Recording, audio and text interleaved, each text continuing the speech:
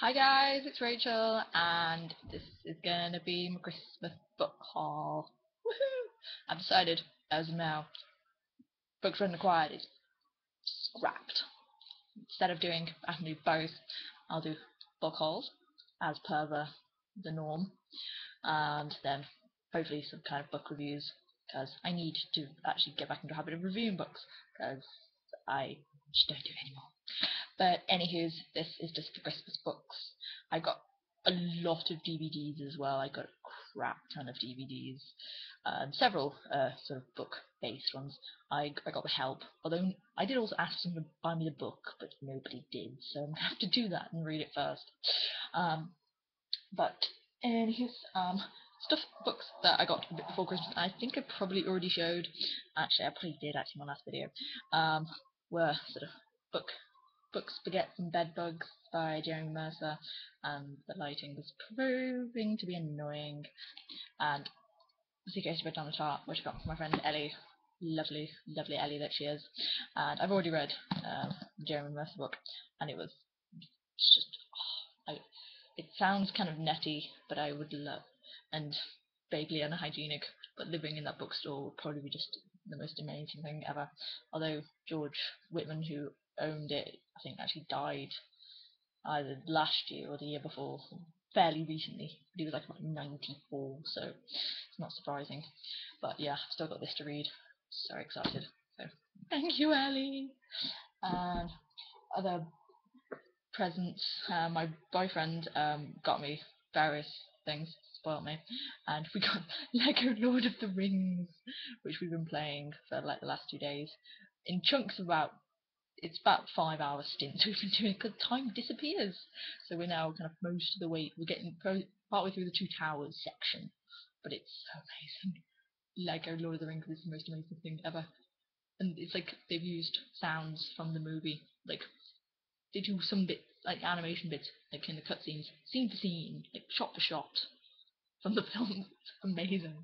But he also bought me some other things, and he bought me his book, The Hippopotamus by Stephen Fry. It's got Stephen Fry's face in a bathtub, and I'm not entirely sure what it's about, but it sounds very, very interesting. And it's like it's all kind of actually, it's like lettery bits as well. It smells old because he got it from a Oxfam bookshop, but it looks very cool. And also his brother got me One Creek for Volume 3 because I bought, which is kind of really remarkable that because I was kept thinking I need to buy it because I'm currently on Volume 2, Book 2, and about possibly halfway through that, and I can't explain 1284. It's one of those books you cannot explain. It's just kind of mental, but and somehow Murakami's able to write the most mundane things and make you keep reading. Like he's just describing someone making their dinner, and it's just like, and just keep going, and so many questions and mysteries, mind-boggling, crazy stuff that it's just a bit fantastic. And now I've got this one to read. And a present from Jess of just Jess, Jess, just the amazing Jess of Jess Has Books. Her Christmas book finally arrived yesterday when I got home. It was there waiting. Scent of Magic by Maria V. Schneider. I reread Touch of Power while I was at home because it was there, and it had been a year since I read it because I literally read it as soon as it came out. Because I think it's my Christmas present from her last year. We've got into habit now. She just buys me Maria V. Schneider books. It's great, but oh my god, I cannot wait to read this because and just look how pretty the cover is. Look at it. I just love Maria V. Schneider books. Still got to read the second of her Outside In series because I haven't read that, which is naughty of me. But yes, thank you, Jess. It finally arrived. All three sets of Maria Schneider books are completely different sizes. They've got like, because I mean these are huge trade paperbacks. The study series about like this big, and then like the glass series like this big. It's just a bit nutty. I mean, come on, Mira, pull it together. What are you doing? All the different sizes, nutty. And the last lot are basically books I bought but then told people to give to me because I don't know what I want until I see stuff. So I've got they've started selling in Waterstones load of like vintage and publishing children like classic children's stories, and some I've read, some I haven't. And I got two when when I went to see Jess in Coventry, and I got Peter Pan by J.M. Barrie and The Wolves of Willoughby Chase by Joan Aitken, because I read this in primary school, and it's like I didn't realize I'd sort of forgotten that it's actually based in a kind of fictional time in like the Victorian period, where instead of Victoria there's like King James III, and there are wolves still living in Britain, and these two girls, like I think they're cousins, go sort of staying in Willoughby Chase, and they've got a horrible governess who sends them off and isolates them, and it's been so many years since I've read it, but I just remember that I really liked it. And obviously Peter Pan. I was watching Finding Neverland that Jess told me to buy in the same trip, and I watched it last week, and it was just Johnny Depp's just so awesome. Such a lovely film. I really want to read it. I've got What Matters in Austen by John Mullen, who's like a Jane Austen scholar, and it's basically kind of like different things in the book, so like for why they're important. Stuff like sort of how much does age matter, and do sisters sleep together, and what do the characters call each other, and like all the kind of things that are within the writing that we perhaps don't know because of the time difference, like the difference when we're in, sort of why is it risky to go to the seaside, and really sort of interesting questions, and sort of like the social aspects and the sort of historical context, and also just Jane Austen's way with writing and how awesome she is. And he's written some other books as well that I'm quite interested in reading, which I can. He's got some other books about the language of feeling in the 18th century and how novels work and all that. So I actually read this finished it the other day. It was pretty for how usually long it takes me to read non-fiction books. I got this through this pretty quickly because I've gone a bit addicted to Jane Austen and anything about her.